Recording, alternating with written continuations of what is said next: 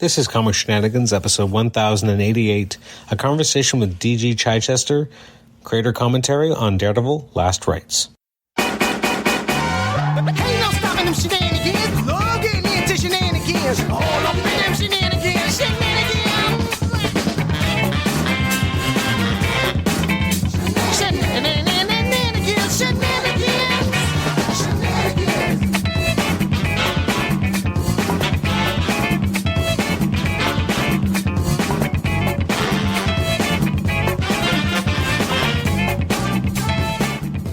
Welcome to the Comic Shenanigans podcast. This is episode 1088. I'm your host, Adam Chapman, and this is another conversation with D.G. Chichester with creator commentary on Daredevil Last Rites. For those unaware, Daredevil Last Rites was the name of the storyline that unfolded between Daredevil 297 and 300 back in 1991, otherwise known as Follow the Kingpin in one particular trade paperback that would have come out in the 90s.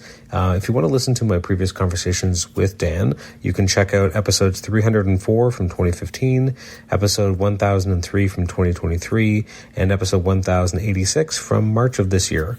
In that particular episode, we talked about his work on Daredevil Batman, which was a one-shot in the mid-90s, as well as his work on Daredevil Black Armor from 2023 to 2024 that he did with Netho Diaz. This particular episode, we talk a lot about his collaborations with Lee Weeks, who did much of the issues that we talk about here. We ended up talking not just about Last Rites, which was 297 to 300, but we also went back to the beginning of Dan's run on Daredevil with 292. One of those issues in between 292 and 296 was by Ron Garney. The rest were all by Lee Weeks. So this was a great conversation. I've always been a huge fan of Last Rites as a storyline, what it meant for Daredevil as a character, what it meant for Kingpin. The battle between Kingpin and Daredevil always felt very visceral and brutal, but very much earned. The kind of the moments where the closing moments of 300 always really resonated with me as well. There's an 297 focuses on Daredevil's war against the Kingpin in terms of taking Typhoid Mary off the board, because at the moment she was the kind of chief assassin and enforcer, as well as romantic interest of Wilson Fisk at that time. So this was a really fun conversation to have with Dan, to go through his writing process. Obviously, we're talking about something that's 34 years old, so at times, he admits himself that sometimes his recollections aren't the greatest, but it was a really fruitful conversation to talk about a character that's always meant a lot to me, and a particular storyline that's always meant a lot to me as well. And rereading it, it also just really compounded for me just how masterful Lee Weeks was when he was the illustrator on Daredevil.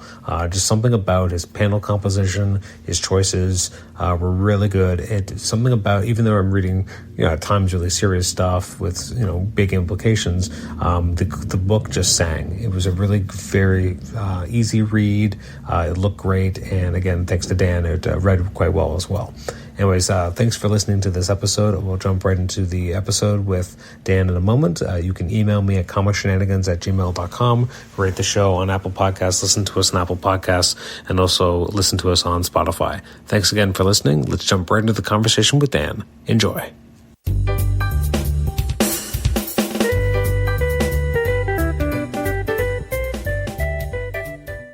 Dan, welcome back to the Comic Shenanigans podcast. How are you today?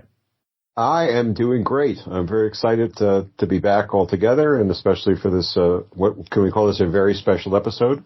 Absolutely. This is some creator commentary. We're going to talk about Last Rites, which is usually, I guess, referred to now as the Fall of the Kingpin, which is Daredevil 297 to 300. But before we do, I do want to go back, and I know that we've talked about this before in one of our prior episodes, but that was many years ago. So let's set the stage for a moment. So, when you start writing Daredevil, I think at the exact same time you're writing Nick Fury, this is still pretty early in your career. What boggles my mind is I think you're, 26, 27 at this point? Yeah, impossibly young. Yes. It's like, what are they doing? Relatively young at that point. So, which is good in a little way. Like, you're foolhardy enough to just try things out, but also there's a couple lines in rereading it in preparation for this. It's like, God damn it, couldn't you have a little bit more skill? Well, it's interesting because I like talking to creators who are kind of born in the same era as you, it feels like people got into the business a lot earlier than it feels like they do now. Like usually when people are writing comics now, I feel like I'm not reading 20-somethings, I'm reading 30 or 40-somethings, and that's on the low end in terms of when they break in. And maybe I'm just reading the wrong comics, but that just feels, especially at the big two, often feels the way that it is. Whereas in your day and even before then, you had people breaking in their 20s and doing some really monumental, great work, but they're still so young. So really, that's what kind of took me for a moment. I'm like, oh man, everyone was so young at this point. Like Lee Weeks is your illustrator here. He's about the same age as you. So again, you guys are young guys. This is again right in around the time of the Image era. So those are all pretty young guys who are now, kind of breaking off to do their own thing. So I'm just curious, like how you handled it. Did you feel that you were that young, or did you feel like an old 27, if that makes sense? Firstborn Italian family. I think I always felt older. You have that stuff you gotta like be burdened with. This was my job out of college. It wasn't my intentional job to sort of be in comics or stay in comics, but this was my first real job, out of college without going through the whole, history of that, specifics. But, I definitely felt young, but I also felt like I was reaching for something. I had ambition. I wanted to, make a mark for myself. So that, I think, counterbalances the youth a little bit, and it allows you to kind of overcome just thinking, oh my God, I'm too young to be doing this. I should be second guessing myself more. I mean, I've always talked about like this feeling of imposter syndrome, which I've identified more like over the years. And I think that is very heavy, on me. But at the same time, I recognize this was all of a sudden like this amazing opportunity, to be on this book, to have graduated from Nick Fury, which is a great character and certainly helped me set the stage, for this. And obviously I leveraged him, quite a bit even in this story. I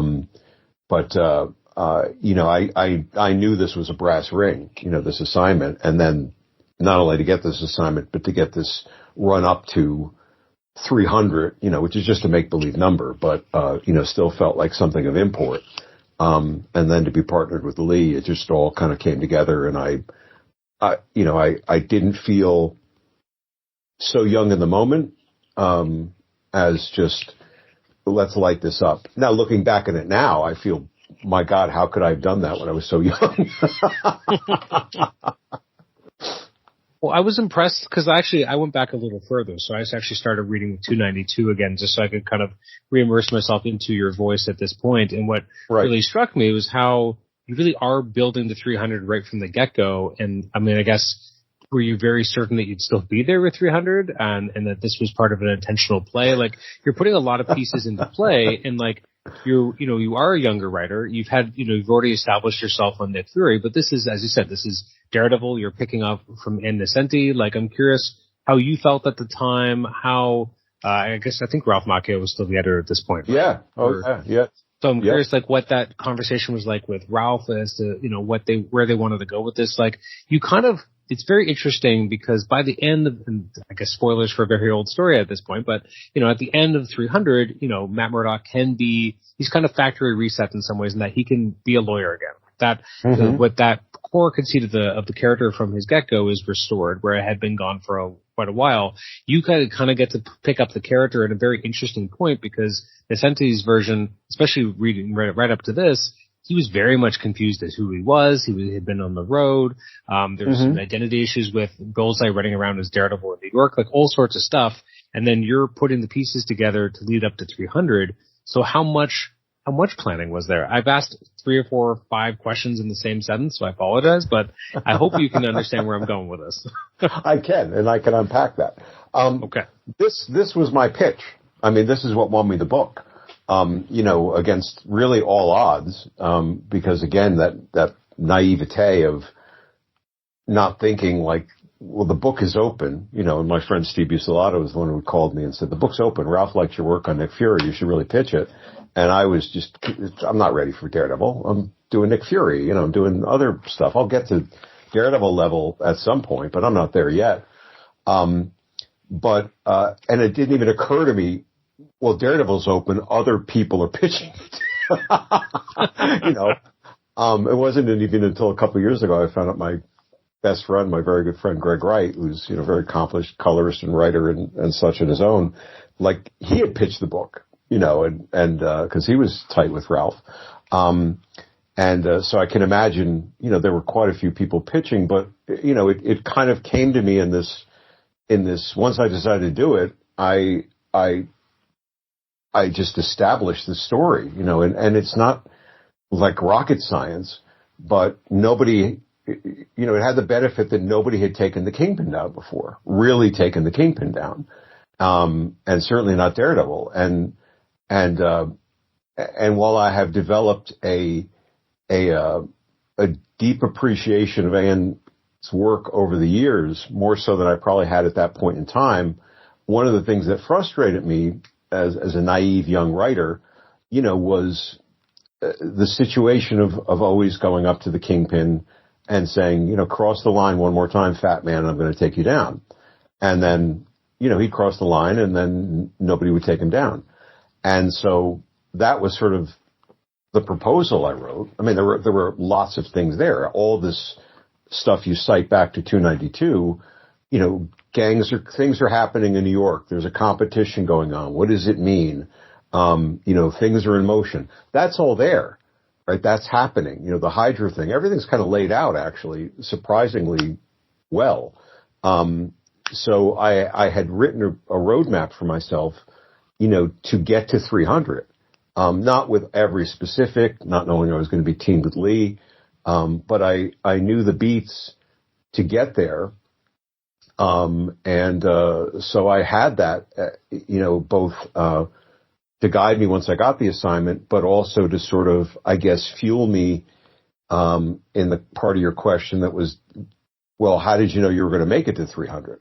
I mean, I guess if I had shit the bed on 292, it would have been a very short assignment. But you know, I seemed to be off to the races and I was teamed with Lee Weeks, you know, so Lee's going to make me look great. And he did, you know, so that overcame perhaps any stumbles I had. And then as we synced up more and we started, you know, feel that energy of what we were going toward, I think we just synced, you know, more and more, in the move through it. So I had, you know, the gift of having written a pretty good proposal, which kids, if you're listening, if you go to storymaze.substack.com, which is my newsletter, you subscribe, you can actually get that proposal, for free.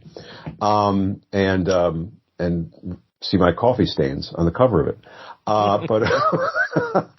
But, you know, so that was, sometimes things come to you, you know, at least to me, you know, in these almost very fully formed ways, and then you sort of follow it. Black Armor was, I think I maybe said to you, was much the same.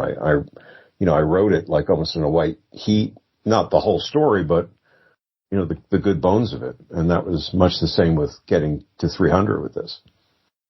One thing I know I remarked on you about Black Armor, and again, going back and reading your work here, that one thing I really appreciate and enjoyed was how much you really made use of the world. Now, I think we take it for granted that it doesn't always happen as much in modern comics. They feel at times a little bit more insular. We don't see subplots in the same way because the way in which people structure stories is different.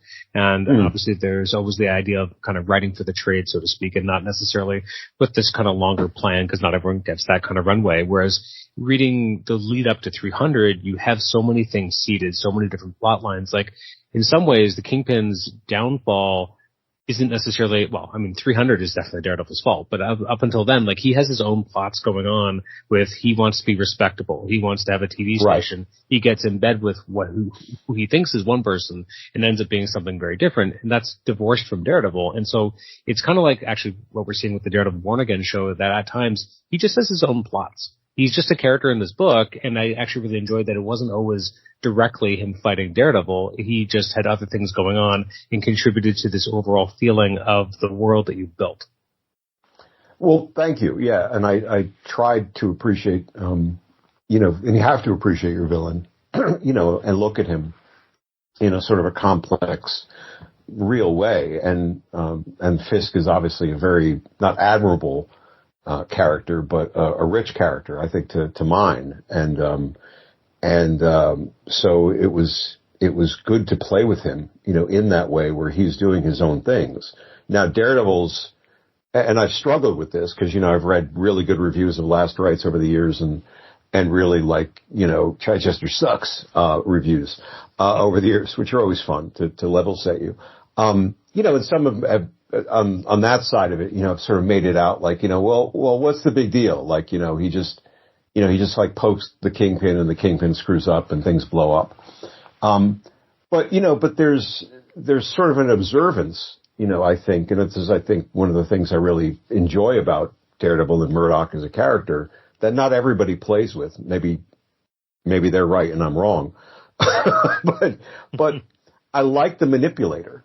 I like that side of Matt, I think. I think it's the lawyer side of him, that sees the angles, if you'll pardon the C reference, and then sets these things in motion. He's the one who identifies that these things are happening.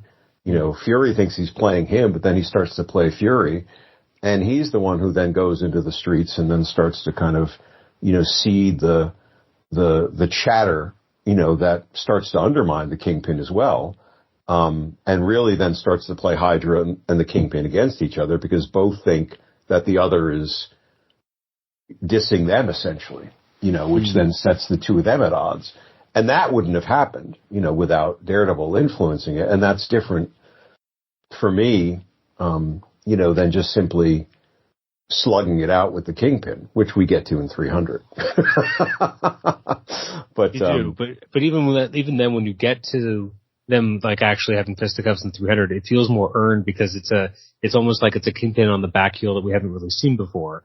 Right. And we'll get there. And I mean, it struck me reading 300 again is getting so much of kind of a young Wilson Fisk. And it's funny because I remember they kind of used pieces of this, in the animated Spider-Man show because there was 2 issues that had Daredevil. And obviously Kingpin had already been on that show, but they had kind of glimpses and, you have him called, him being called Willie by people when he's young, younger. Yeah, I think in your dialogue you call him the little fat kid. I'm not fat shaming the child, but that's what you call him in your text. And in the show, they call him Willie in the same way. And I hear that voice in my head, which is kind of interesting when I was reading it, but it was interesting that you kind of went back and really kind of showed more about what kind of made Wilson tick inside and what kind of led him to be who he was. And I feel like maybe I'm wrong. I don't think we ever really had that before you had done it. And the idea that you play with throughout 300 about him kind of thinking about like blood in your hands used to mean something. Right. And he's come so far from that and, he was trying to be a legitimate businessman at the same time as having,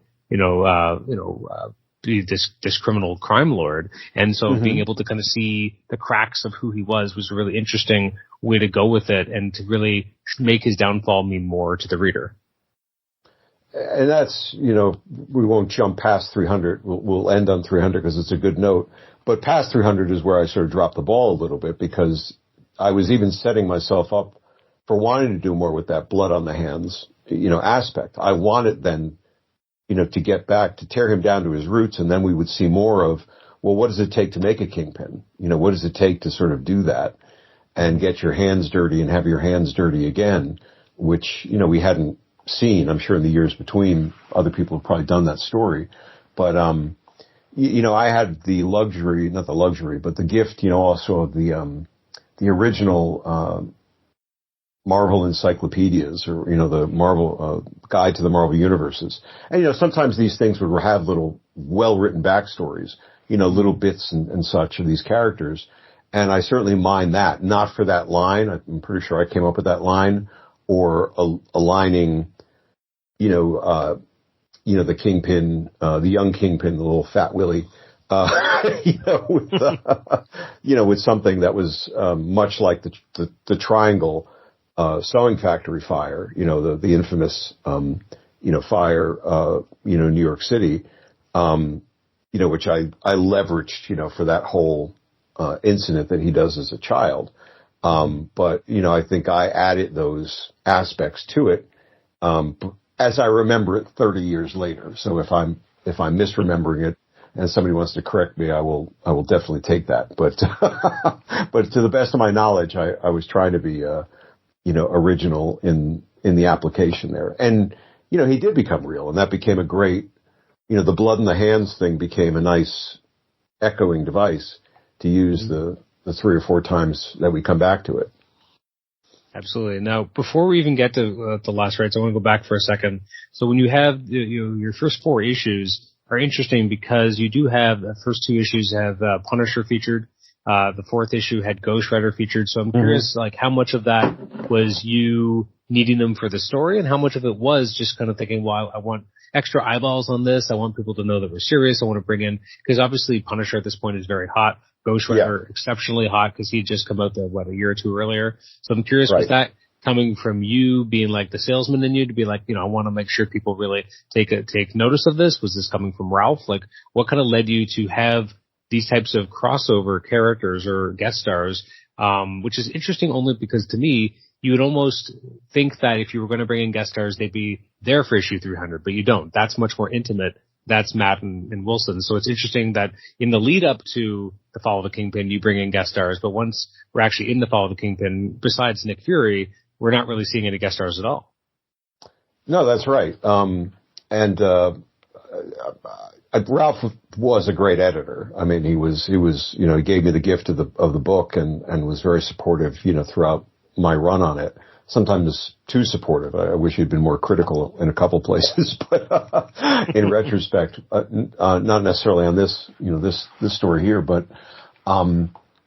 I think this was just me and Lee, wanting to hit the ground running and come out of the gate and get as much attention. We knew where we were going for 300, and we knew that story was going to be Matt and, Matt, Daredevil, and the Kingpin. That was solid in our minds. So all the attention was on that, and we didn't want that distracted by anything else.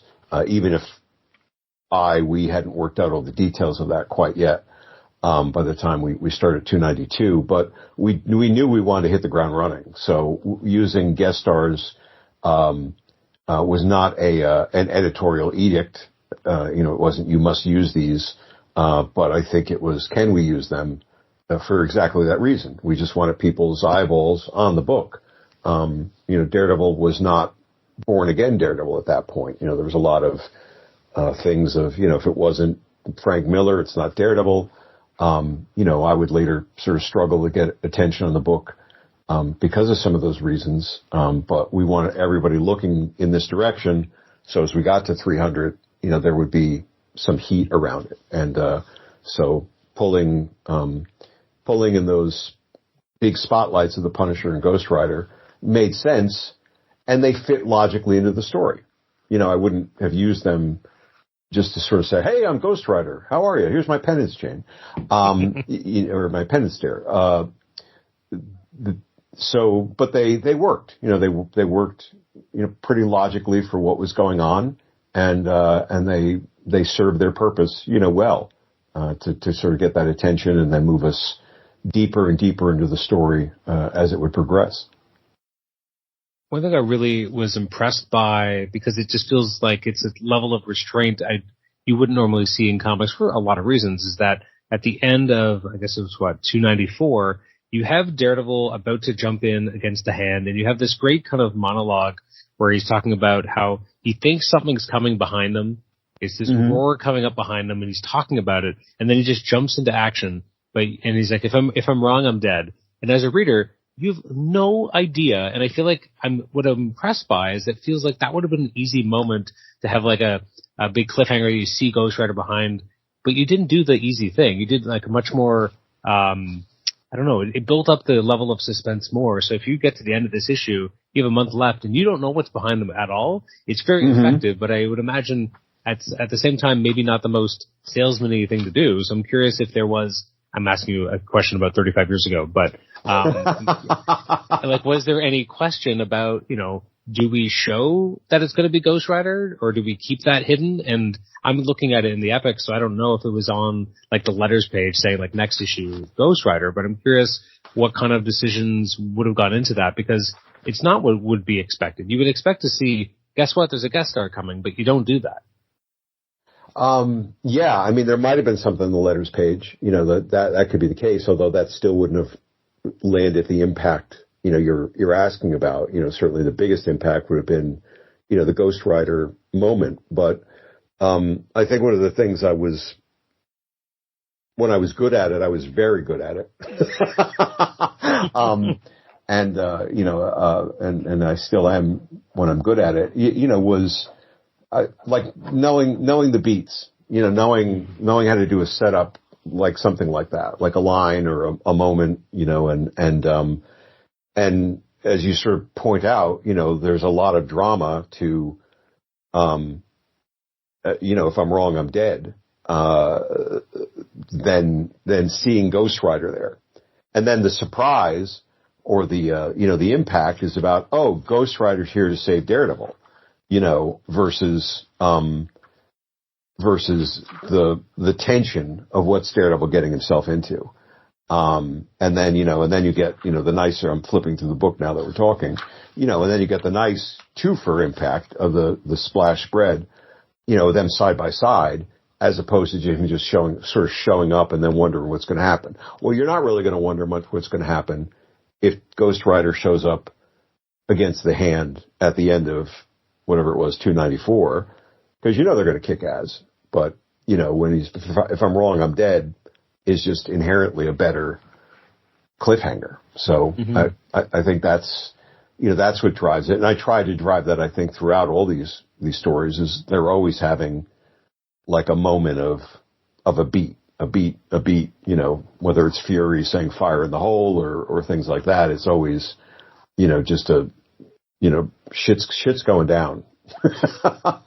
Well, it's interesting because I can't think of many times where, like, when I'm reading in the collection and I get to like the cover of 295, like that's almost like if you read 294 and you're looking at the sacks, like that's the surprise. Like it's not usually that the cover actually surprises you, but because you don't know who's coming, it actually is the surprise, which is an interesting mechanic. Yeah. Because how often are you surprised by a cover? Like the cover's meant to entice you to buy the book and be interesting, but it's not usually an actual surprise. And in here, like actually like a one that functions as part of the story, which I thought worked out really well. And as you say, like even that first page of 295, Lee does a fantastic job ratcheting up the tension. Yes, you may have seen the cover and you know who's coming, but it's so well played that when you do get to that double page splash, like it feels so much more earned because you got those moments of like, well, you're seeing the chains, you're seeing the grip on the motorcycle. You're seeing the flames. You're seeing the look of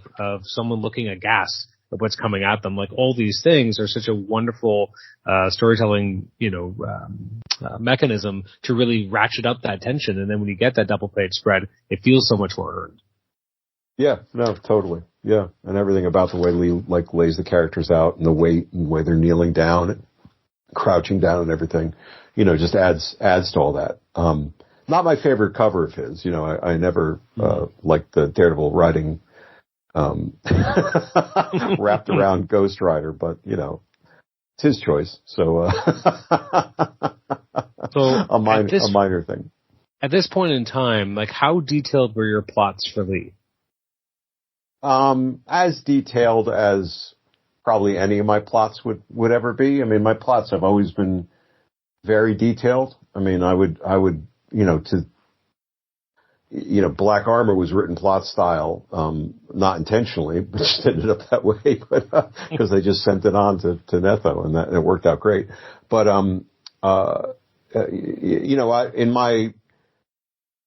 in my mind's eye, when I was writing plots, Marvel style plots, which if folks aren't familiar, you'd write the plot, which would detail, say, page 1 to 7, this happens. Then you get the artwork back, be surprised maybe by what's there, and that's when you'd write the dialogue, the word balloons, and the captions. But I always did a beat sheet. I would do, page 1 in my mind, hand,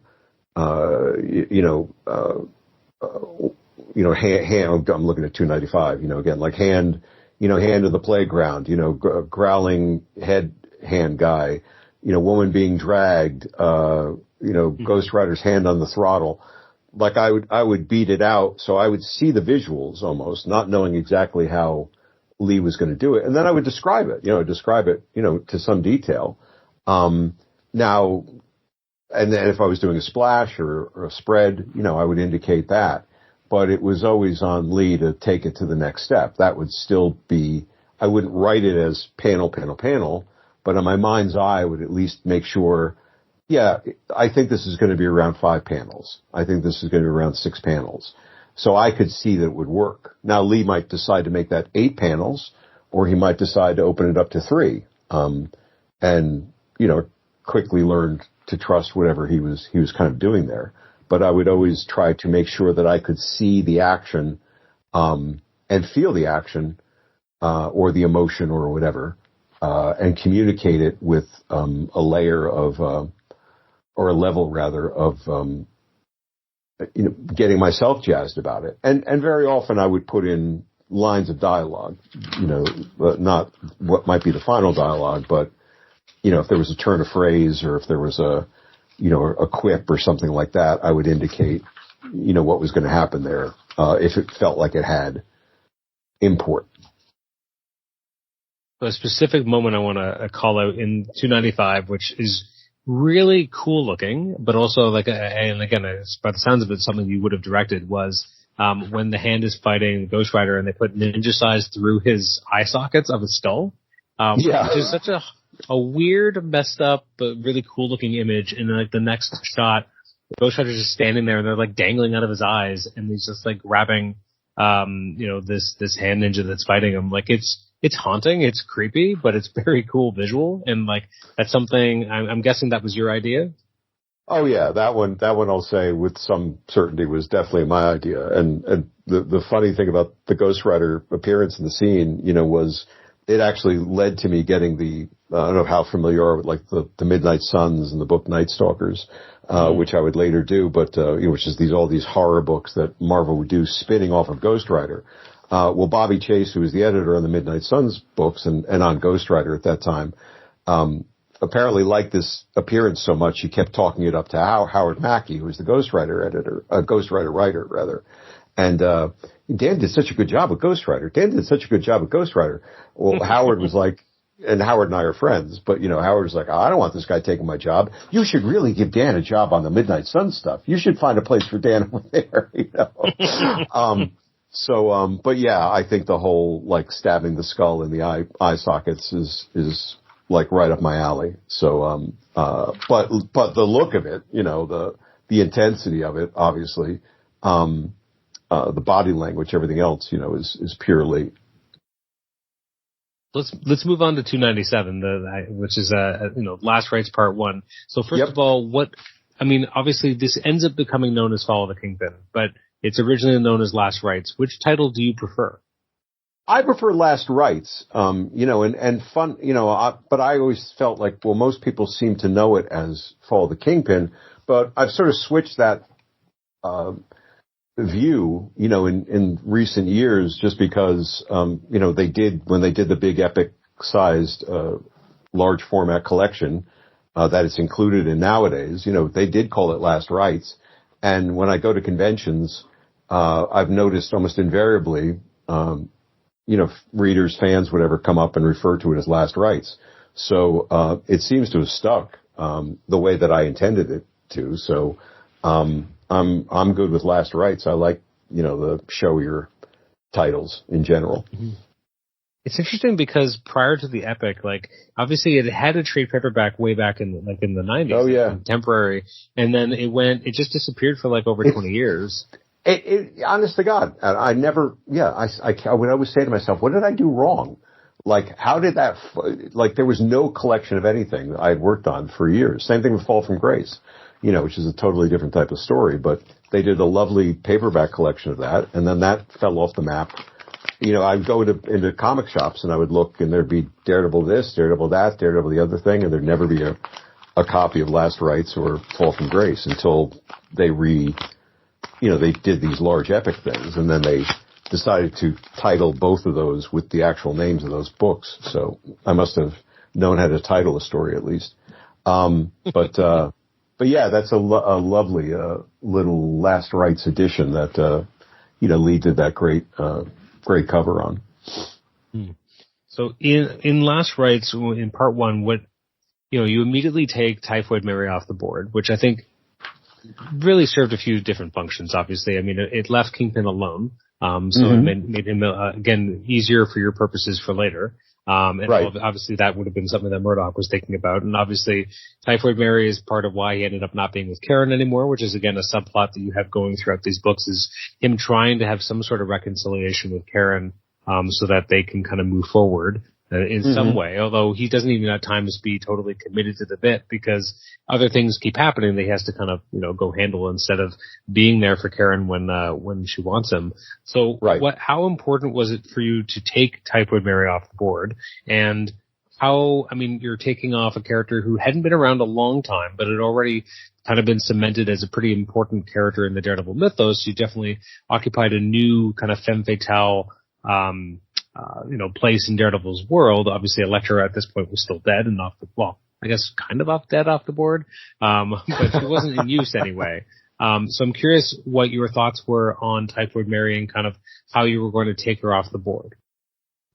I don't know that I knew how I was going to take her off the board, but I knew I had to take her off the board, and for two reasons. One, she was, a indomitable force, and I didn't want the story to become, another Typhoid Mary, Daredevil, Kingpin wins, type thing. So her formidable quality had to be factored into it, and would demonstrate immediately that Matt was serious this time out, right? He was going to go all the way. He says something like that in one form or another, even in the lead up to it. And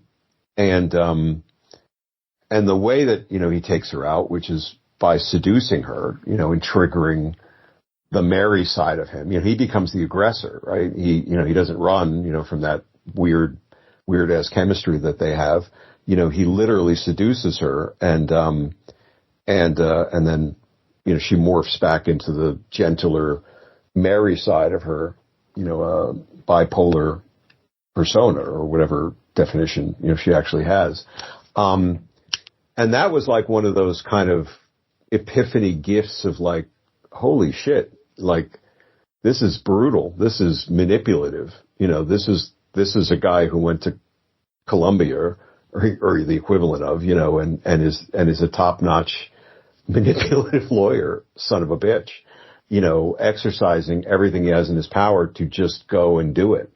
And I think it sent the signal, to the story and to the readers that this was going to go somewhere. And the fact that he does it, he's hurt by it. I think the last panel of the issue is like him sort of like kind of, slumping on the floor, like, what did I just do? And it's not that he doesn't have regret, but he also has the knowledge that, and that's why I sort of open it with the Machiavelli quote too, that things have to be done. Things, hard, bad choices have to be made in order to protect the populace, in a way. And that was it. And I don't think I would have written that scene a year later, because I would have been a much more cautious writer, should I do this? Is this problematic? Is this misogynistic? Is this right for the character? But it felt right, and it is right. I contend it's one of the better moments, and not a pleasant moment, but it works, and plays well.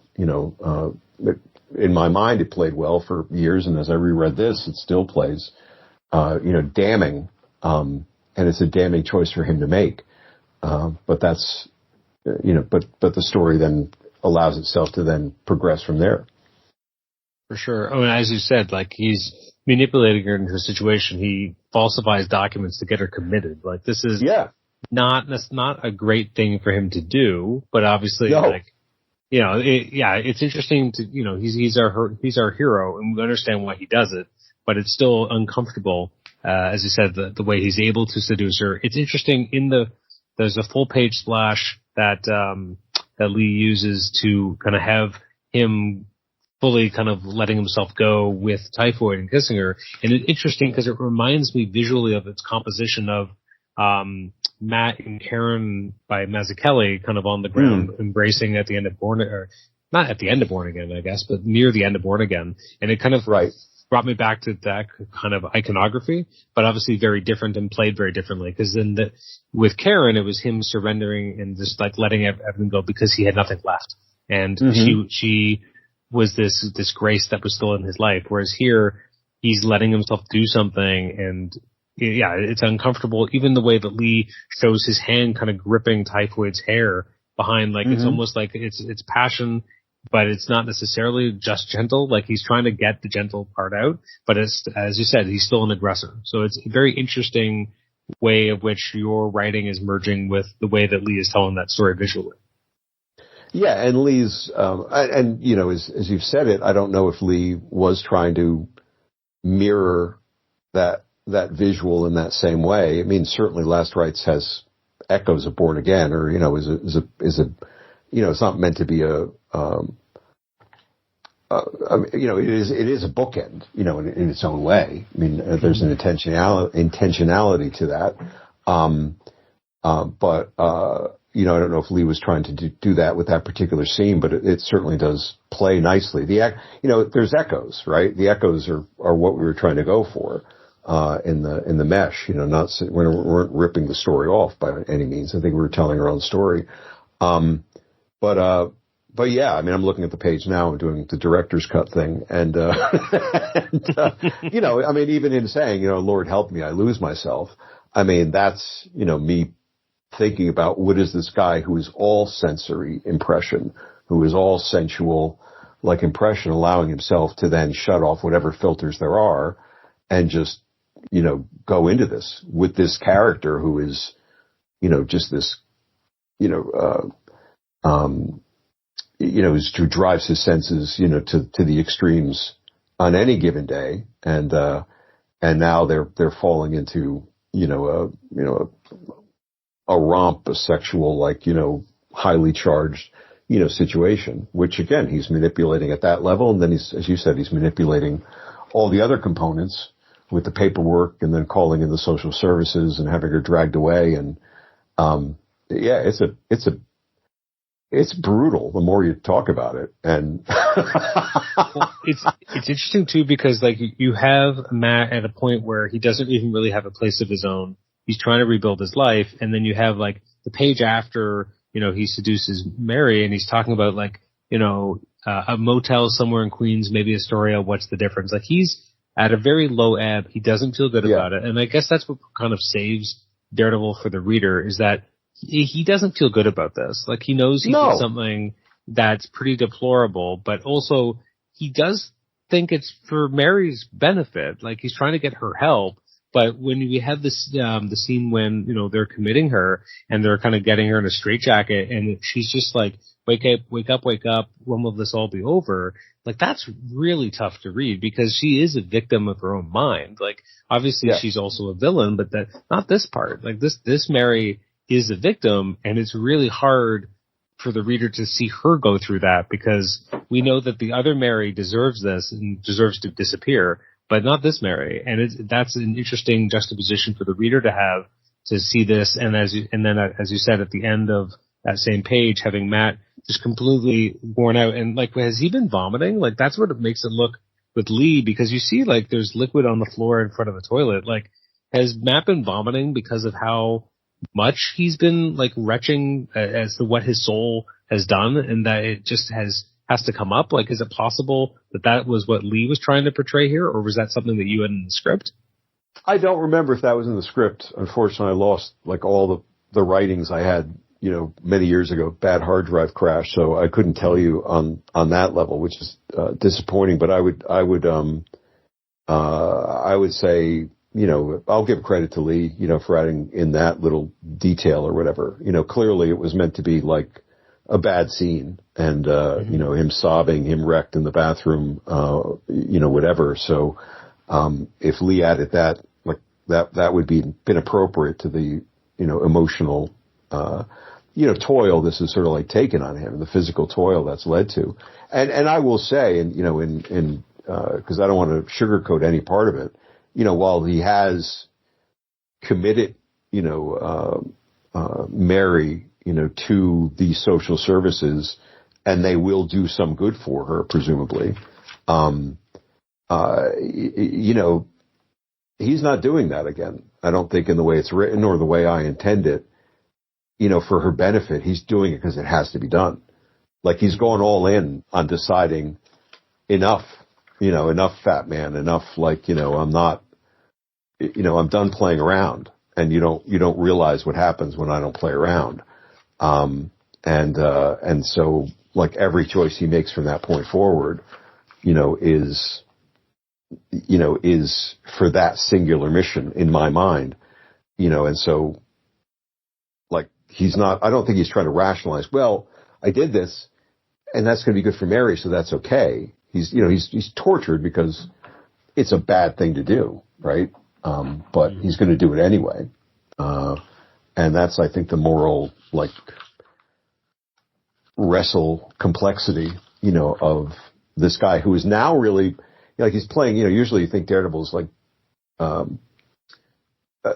it's the lawyer up to the lawyer goes up to this point. If that doesn't work, the vigilante comes out, that sort of thing. But here he's playing both sides of himself. Whatever he needs, he's reaching into his bag of tricks, and he's just using them in this fusion, in my mind, anyway. One thing I didn't mention, but at the beginning of the issue, you have that great sequence of, Kingpin going to his office and Daredevil's there, and Daredevil's just has a hanging Willie, and he's really kind of being that sardonic kind of version of himself and really trying to get under Kingpin's, skin. And then the idea that he's just smiling at him, and the Kingpin's just stop smiling. He's done all this stuff to destroy Daredevil and hurt him, but Daredevil's still smiling at him, and he just can't handle that. And then also having the element of seeing Vanessa's picture that Daredevil's been able to find and kind of plant there so that it would haunt Willie Wilson as well. Right. Is a really nice touch. No, that's good. And that was it. That's another part of that manipulation. And fortunately, Bob Budiansky, who was acting as a sort of editor-in-chief that week, Tom DeFalco was out. The editor-in-chief always reviewed every issue, as it went out. He caught the "How's it hanging, Willie" line too late, or he would have killed it. But oh, really? Yeah, because he was like, you can't say that, it was like a Willie is a, something, whatever, so he was like, oh, you can't say that. It was like Ralph was like, oh, it's already gone to press, so we're. But it's a contemptuous line, right? It's like he's not. There's nothing respectful about that scene, which was again that changing the dynamic on him marching to the office, the Kingpin being behind the desk, Daredevil laying down a line that is, you cannot cross this, and being all moral, stand up, and then the Kingpin just, laughing or glowering, and then, of course, crossing the line again. So reversing the roles immediately from, page 2 or 3 of the beginning of the real, run up to 300, hopefully set the tone of where he was going and how Daredevil was going to try to assert some level of control. Absolutely. Now, the second chapter, it's interesting from a structural standpoint because we do spend a lot of time with Murdoch getting abducted by S.H.I.E.L.D., which is interesting because I don't remember ever seeing S.H.I.E.L.D. personnel wearing these outfits before. I'm curious if it was that specifically as a choice just so that we, the reader, wouldn't know who was taking him until you wanted us to know? Yeah, I don't remember how it was framed again in the writing, but certainly that was a little bit of a ploy, storytelling ploy to kind of, lead us into the circumstances without giving it, right away. So I couldn't remember, how it would have been described to Lee, but, we would have wanted to mask the identity, so you didn't know immediately who his attackers, were until Dum Dum, pulls the helmet off.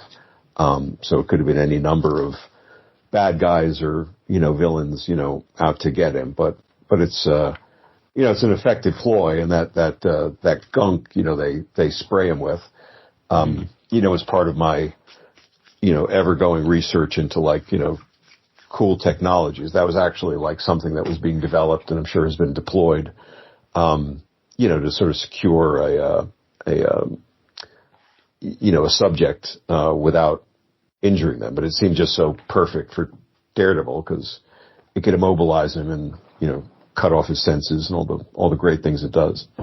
Mm-hmm. One thing that I really enjoyed, and I'm wondering how much subtext there was in this, is that you have the Colonel Strang character, who's the one who kind of gets into bed with Wilson. We don't know until later, obviously, that he's actually Lieutenant Garrott from Hydra. But I liked that, of course, these Nazis who are trying to infiltrate Americans would do so by being a flamboyantly over-the-top Western cowboy. Was that very much a distinction that makes sense as to what someone like Strucker and his followers would think of Americans as being this stereotype, and then bringing that stereotype into being to get Wilson, into a particularly bad deal for him? Well, it's tricky to talk about Nazis infiltrating anything in America these days, isn't it? But, yeah, I mean, I think the version of Hydra that I had sort of recreated, the pages of S.H.I.E.L.D. and Nick Fury, was, and we had, reborn Baron Strucker, and, they became these very, lordly, contemptuous, above it all supremacists, so I think that the way they would look at Americans, was exactly the way that you would describe. I don't think I thought it through quite to that degree that they would, parody Americans in this exact, over the top sense. I think I was, more enamored of Strang talking like Foghorn T. Leghorn, for the old Warner Brothers. So if you read his dialogue and I say, Mr. Fisk, boy, you'll hear my internal monologue as I was writing the dialogue. But it was again meant to be such a contrast just to the Garrott character, even though he wasn't well known. He was well known to me, and he was such a severe player in the pages of S.H.I.E.L.D.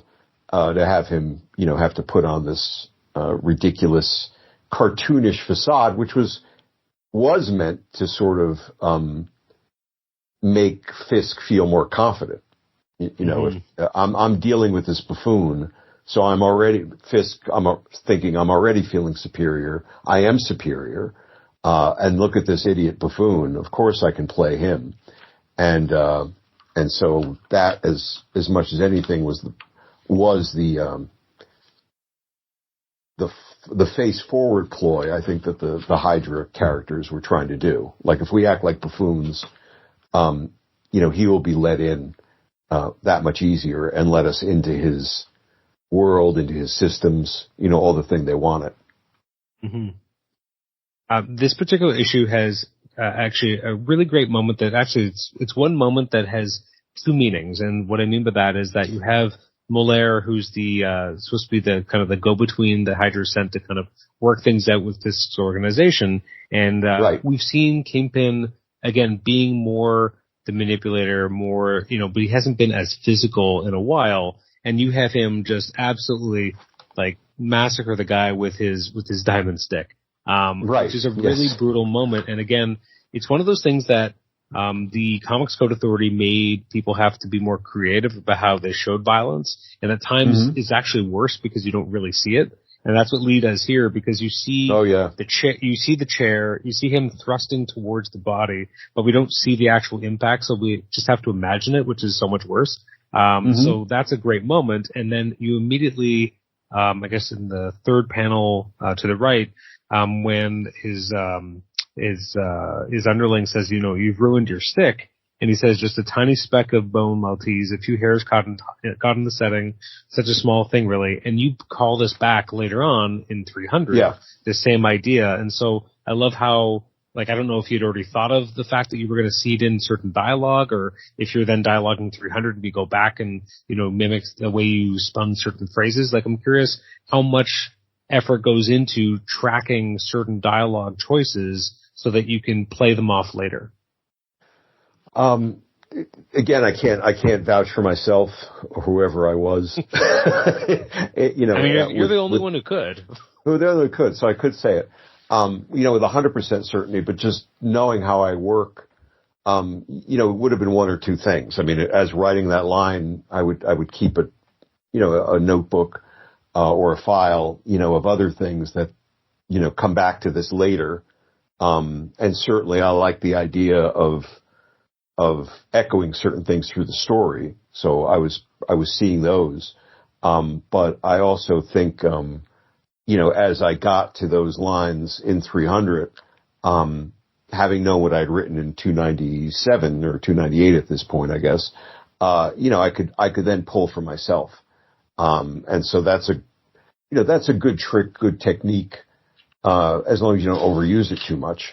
I've done that with, even stories today where it's like, you'll start something off at the beginning of an issue of something, and then, damn, how am I going to end this book? Oh, you know what? I'll echo something from the page one, which again, if you do it well, can be a nice, it feels like a good loop, to certain things.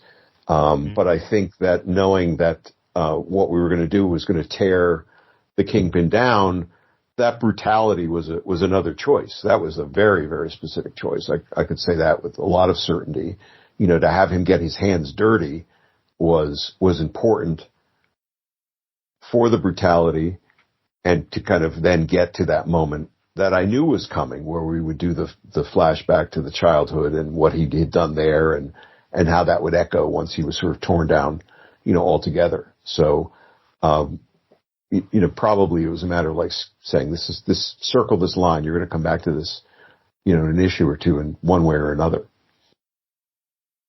In 299, you have so many plot lines converging at once. Which leads to one of my favorite sequences in the storyline, where you have Fisk. He thinks he's really had the upper hand. He has Garrot in front of him.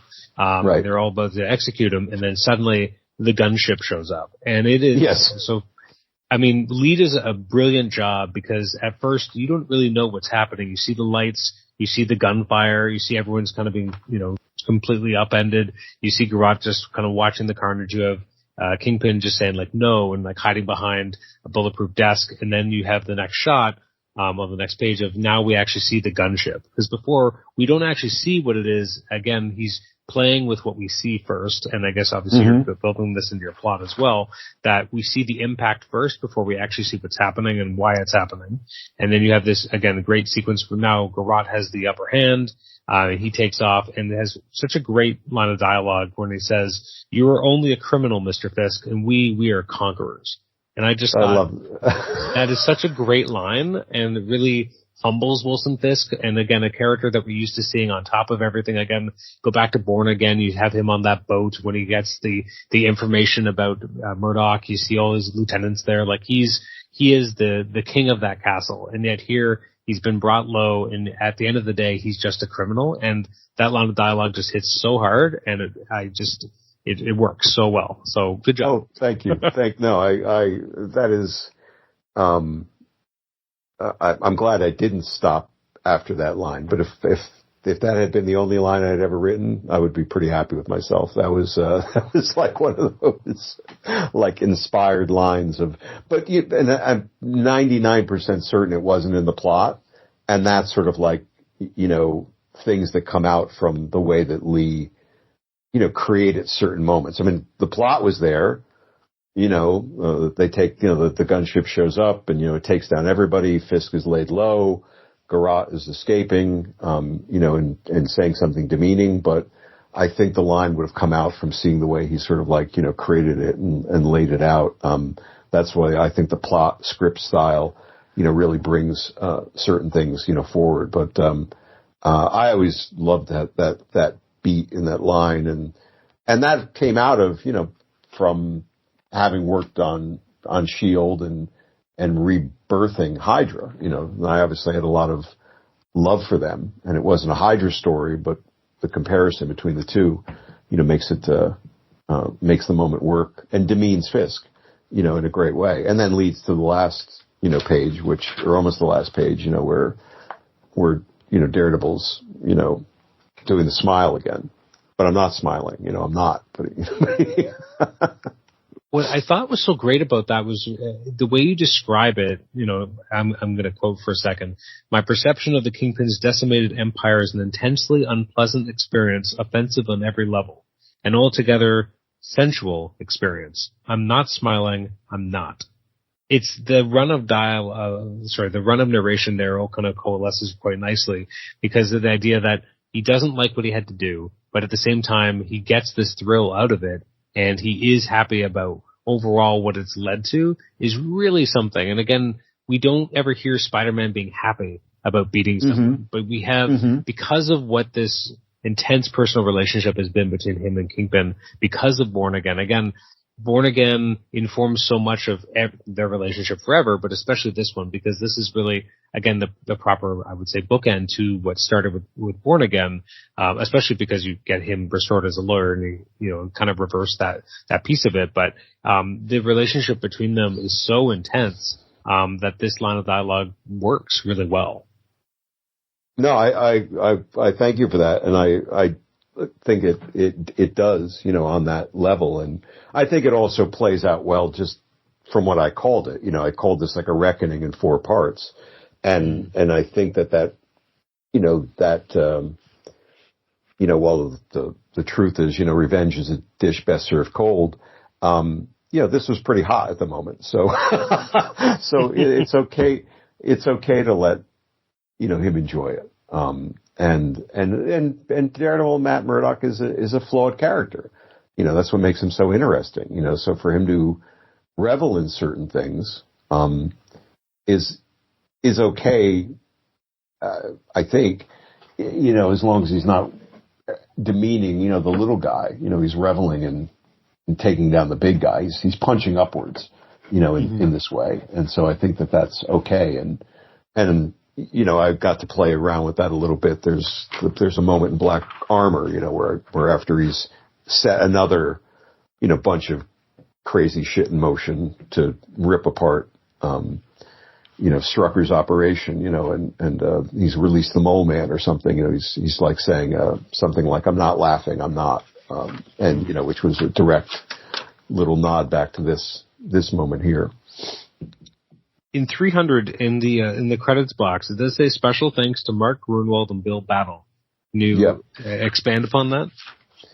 I wish I knew why I put Mark in there. Probably just because he's Mark. But I'm sure Mark would have read something. He may have been reviewing it at one point for something, and I'm sure he gave some critical, brilliant note, and as he often did. But I can't remember exactly what that was. Bill Battle, though, is a good friend of mine to this day, and because Lee did not live in New York City, he lived in Pennsylvania, same area I think he lives today, and I wanted to choreograph the fight in Port Authority for him, not to the point of saying do it exactly like this, but saying there's this giant kinetic sculpture, there's this escalator, this is what the hallways look like, and such in Port Authority, which he'd been through but hadn't really studied, and there wasn't the internets, you couldn't say, well, just do an image search on Port Authority, and Port Authority was a hellhole like in those days. It was a grim. I wouldn't hang out there nowadays either necessarily, but it was definitely a dodgy situation. So I went there and I walked the fight essentially. Like I knew where I wanted them to run up. I knew where the baggage check place was. I knew where they were going to smash through to go to the kinetic sculpture. But walking around with a big 35 millimeter camera, didn't seem like a really smart thing to do. So Bill Battle followed me. He basically watched my back while I was taking these photos. And, so I was able to then print out all the photos and then send them to Lee as photo reference, not again to say this is your angle or anything like that, but just so that he would have, a way to more easily visualize it. And he did, he captured it. To me, those are the settings, right? He brought them to life in his way, but it immediately had the tangibility of actually being Port Authority. The bus, where the bus crashes out the garage, where it's hanging over the side. All of that, was, has that sense of reality from being able to like walk the fight. One thing I thought was so inspired about 300 is, again, you have these bigger plots leading up to 300. You have, Matt taking Typhoid Mary off the board. You have the battle with Hydra, and you have, a fist being brought low, and now he has to kind of, he has the court of public opinion. He has to actually have a legal case, and all that kind of stuff is coming against him. But You make it intimate because you draw on something that makes so much sense, is that the idea that when Matt was being beaten up in Born Again, that Kingpin at the back of his mind would still have an ace in the hole. That he would, beat him up with his own billy club and then have his prints on it and then just store that if he ever needed it for like a rainy day, which seems Machiavellian to the degree that only someone like Kingpin could really pull that off. So you have this intimate battle where he's like, this is the one thing that can help me get me out of this. I have this ace in the hole, and Matt's not going to let him have that. And so this big knockdown drag out fight, which, on the face of it sounds like it's all over a MacGuffin, but it's over such a personal one that makes a lot of sense. And it leads into one of my favorite moments of 300, where you have that shot of, the evidence, basically being destroyed, and, Kingpin's got nothing left, and he's just on his feet, and Daredevil just says, "I forgive you," which is, it always was so interesting to me, because I'm like, is he saying it because he means it? Is he saying it because it hurts Kingpin more? Like, it kind of works on every level, but it always just felt like such an amazing way of ending that sequence after everything that Kingpin did here to try and get this billy club so that he could use that as one last thing to save him. Right.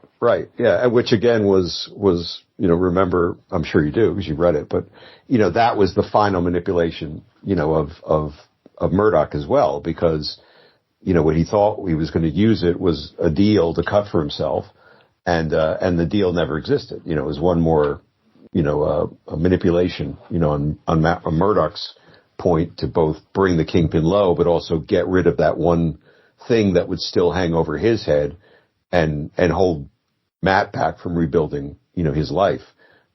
So the deal he thinks he's going to get does never exist. It's all part of the manipulation that Daredevil has done with the federal prosecutor, Malper, who I enjoyed. I thought I forgot how much I liked her.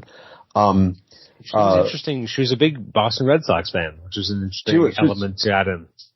Well, she was based on she's totally based on a real federal prosecutor who was also known as the Dragon Lady, which got me a call from the FBI because somebody from the FBI read the comic, obviously, and I knew what I was doing. So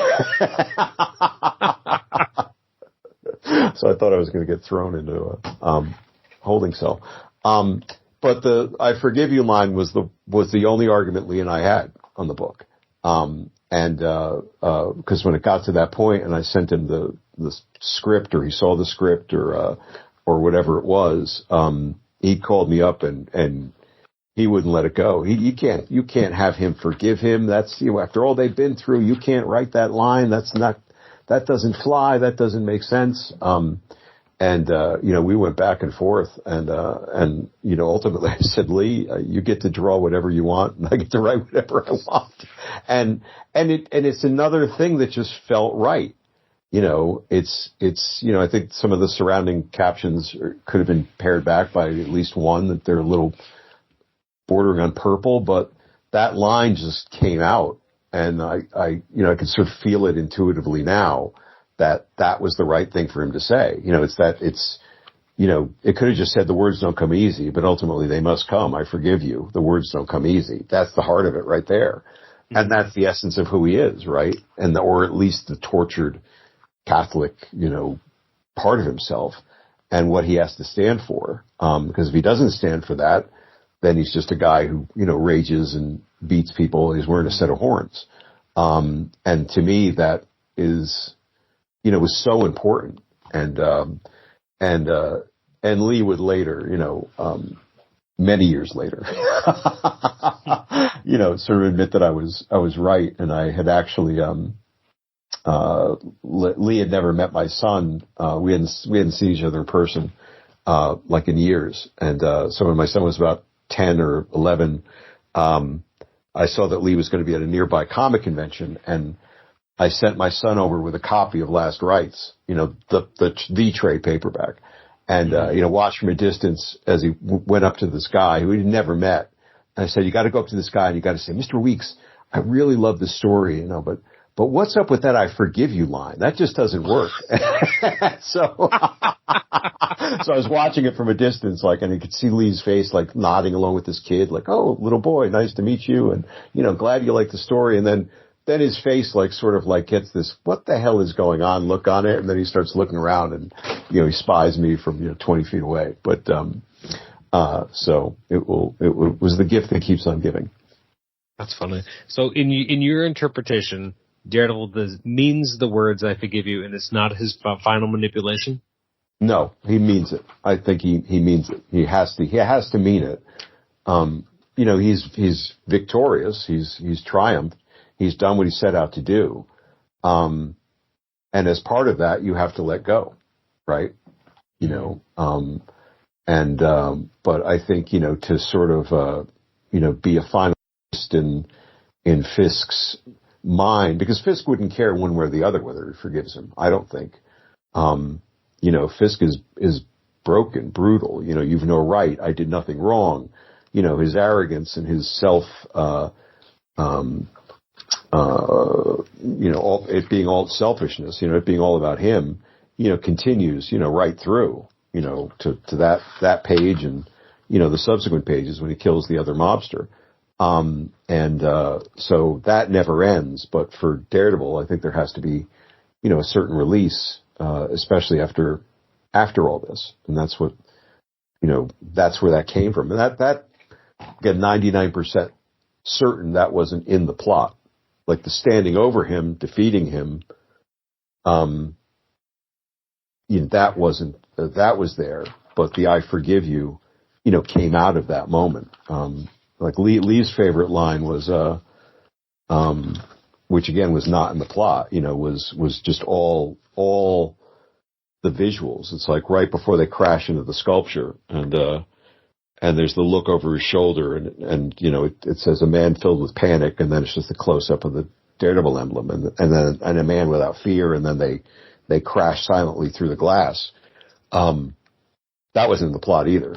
I know that. It was just like when I saw that look that Lee had given the Kingpin there, it just those lines just kind of came to me, and I think I might have called him up and read that to him. I was so happy with myself, but or I think he saw it. Like he must have seen like the beginning of the lettered copy, because he did call me, and he just loved that. You make mention of Jimmy the Whale Sabini. Now, it's interesting reading it again, like in the last week when I've been going back to the first issue of your run and reading forward. I don't think in previous rereads I had read it in that context, because I remember having read Last Rites a bunch of times over the years. I think I usually ended up zeroing in on those 4 issues, so I don't think I had realized that you had taken Sabini's eye already. But now having gone back and I've seen it, and so first of all, what did you have out for the whale? Like you just were brutal. This guy, you take his eye. What I thought was so interesting about how you ended up, kind of letting him die here was how so much of this storyline had been about hubris and really being high on one's own kind of supply. And so Sabini thinks that now he's got one up on the Kingpin. He got his bail. He's somehow better than him. And it's this own hubris, this gusto, thinking that now I'm better than you is what really spells his doom. He probably wouldn't have died if he wasn't a dick. Like he tries to lord over Kingpin that, oh, you work for me now. You're going to go pick up my dry cleaning. Like I'm your boss now. And that does not go well for him. He probably wouldn't have died otherwise. That's absolutely right. I mean, because the scene opens, right, where it's like, oh, I'm, thank you, Sabini, you're doing me a favor. I'll take care of you, and all this gets settled out. So, the Kingpin's still doing his lordly, thing, even though he's been brought low. But that's, that is, to my quote unquote credit, the seeds you were talking about, earlier on. I had to take Sabini's eye.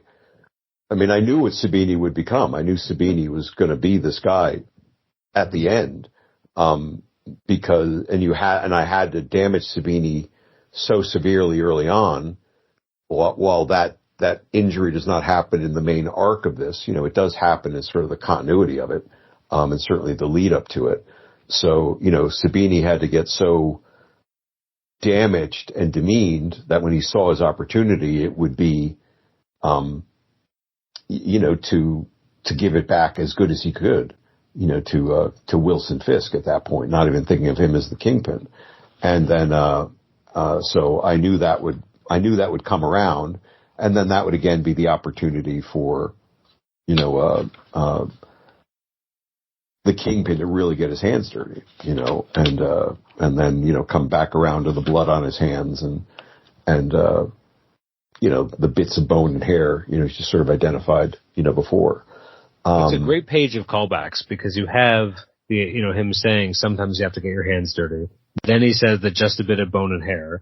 And then at the end he says that, I feel like a man with a second chance, a man born again. Like it's just, you're playing the hits, your own hits and I love it. Let's just keep going, it's like, and it wraps, it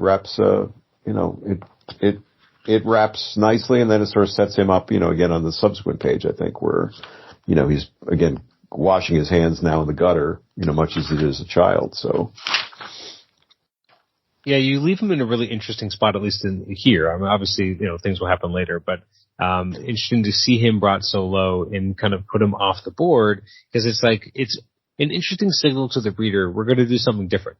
We're used to having a Kingpin, literally standing above us all, looking down on us. And, as you said, like, Daredevil can't really do anything about it. He's like, oh, you better not, cross this line, and what happens next.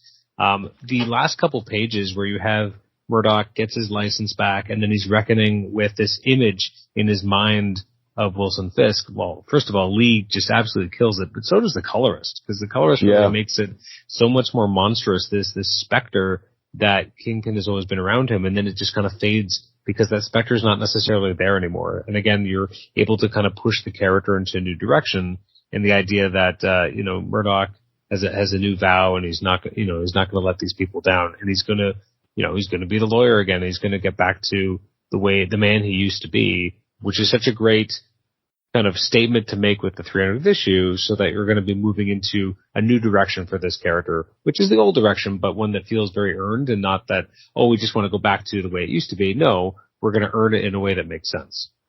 Right. I mean, that was the intention. Yeah. I do feel I dropped the ball, to really realize that as much as I wish I had, following it, but that was certainly what I was, setting myself, up for. But, that's where the youth, overcame the aspiration, I think. And, I could look back at it now and say, you stupid idiot. But there's still moments. But it's, no, I mean, all the things you've identified, I appreciate. And, I feel it does, work both as that born again bookend, that reckoning and as its own, sort of story. I really enjoyed revisiting all of those beats, in exactly that way. And seeing that quality of Matt again as that manipulator, I think is important to me. Earlier in the issue, before I kind of close off, when you have Kingpin in the courthouse, and again you have this flashback to him as a kid. Yeah, and first of all, that flashback, one thing I really liked about it was he's like a little blood on a man's hands, and mark of success. I made $15 that day. Like I don't know why I really liked that detail, but there's just something about the idea that, someone got hurt, there's blood in his hands, and it was for $15. And I don't know if I don't know what it is about that line that really worked for me, but I just felt it almost worked as both an indictment that like $15 was a lot to him, but also so sad that he got blood in his hands just for $15, like almost like a cut both ways. And then you have him in the next page just kind of remembering while he's in court $15, which I liked. And then at the end of that page, you have Murdoch just show up just for a moment just to say, recess, free time, enjoy it while you can, Willie. Still can, Willie. And then he just takes off and then just Murdoch. Like, I don't know what it is about that moment. And then maybe it's also the way that Lee makes Murdoch look so mischievous that this weird little angel/devil on the shoulder. But it's so funny. But again, speaks to the idea that,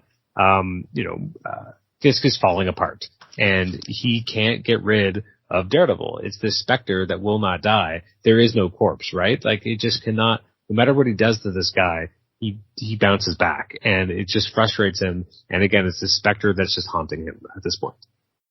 And that's what, that's as much as anything else makes the story work. I mean, it's that goading, right? It has to keep happening because he's got such a, now he's been torn low. His enterprises have been, broken, to some extent. And so he doesn't have those things that he can pull from in the same way, but he's still a very formidable character. And the only thing that, he's got going for him is his arrogance and his ego, to drive him forward. So, Murdoch knows, as much as I knew. maybe I knew and I told Matt, you got to keep pushing, right? You got to keep pushing. Like, he's not done yet. You got to push him into this next thing. So those goading scenes are important to kind of like make what happens, next, because that scene, which I do enjoy too as well, where he just shows up and, he's goaded in the courtroom, but, he's the one who goes to Malper, Daredevil, and says, here's what we're going to do. This thing is out there. We're gonna pretend there's a deal, and that's the thing that drives him, really to the breaking point, which again hopefully feels earned and just keeps getting nastier and nastier. Absolutely. All right. Well, I have to let you get back to your day because we've talked about this for almost an hour and 15 minutes or so. Any final thoughts about Last Rites? Again, I really appreciate you coming on to talk about it and kind of look into your insights, and hopefully I haven't fawned too much for you, but it's always been one of my favorite Daredevil stories. We felt criminal that no one ever talked about it, because it did feel like this, again, excellent counterpoint to Born Again. And I think what makes it hit more is because you had the Nascenti run in the middle that was so afield and different. And it had a lot of things that still used Kingpin. Obviously, you introduced Typhoid, she introduced Typhoid Mary, etc. But I feel like because there was all this lived-in space in between, it made your coming in and actually taking down the Kingpin feel more resonant because it wasn't right away. If it had happened right after Born Again, it wouldn't have the same dramatic heft. Whereas having years in between and all these other things that happened with Murdoch, him being brought low with Typhoid Mary, him being on the road, him not having Karen anymore, like his salvation from Born Again, he doesn't have it anymore. Where is he now? And then you're kind of putting together the pieces, really felt like that made this story matter. Well, that's, again, great to hear. There can never be enough fawning, so, keep it up, but I appreciate it. I give credit to everybody who contributed to the character over the years. I mean, Ann's work, JR's work, John Romita Jr.'s work, it allowed this story to be. If Ann had taken down the Kingpin 10 issues into her run, or a year into her run, whatever, but that wasn't what interested Ann, right?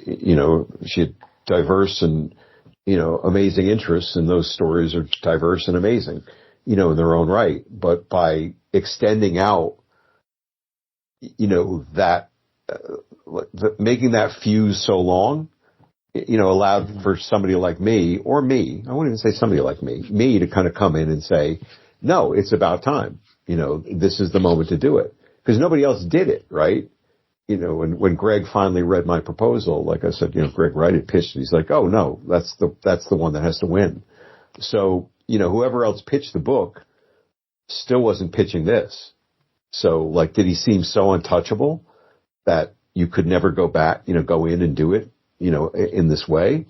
I don't know. I mean, it was sort of like stars aligning, for me in the right way. And as I said, lightning in a bottle, being able to work with Lee. But, no, I'm very, very pleased, to have done the story. And, it's great when people come up and talk about it, and that, it hit them as hard as we wanted it to hit them. Well, and it bought my wedding ring, for my wife. So it was good. There you go. Even better. There you go. Yeah.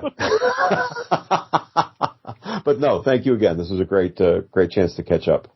I should actually, I'd be remiss if I didn't also mention that, Lee's cover to, Daredevil 300 is just fire. Like, it is so good. There's just something about the smoke pattern from the cigar that's on the ground floating up, through the ether, like, and again, and this is something a lot of people do really well. The idea of putting Daredevil's face in shadow and just having his teeth with the red eyes. Yeah. Like, there's just something that really works about that image. It doesn't matter how many artists I see do it. It's always great. Like, there's just something very visceral about, the reaction to it. And Lee just does a fantastic job. So, I mean, all of his covers were great, but there's something really special about 300, which is obviously why they put it on the cover of the Epic Collection as well, because it really speaks to both the content that you're going to get inside and also just how well put together that cover was. No, that's very true. I could give praise to, Lee the whole time. And the back cover is nice too on the Epic one, because there's that great typhoid shot with him, coming at her. So, all praise to Lee. It all works out well. Absolutely. Okay. Well, thank you so much for coming back. I'm sure I'll find a reason to have you come back on again. It wouldn't be very hard. You've done a lot of great books that I've really enjoyed, so I'm sure that'll be something we'll do at some point in the future. Thank you, sir. Really appreciate the time. You stay well. You too. Thanks so much. Okay. All right. Bye-bye.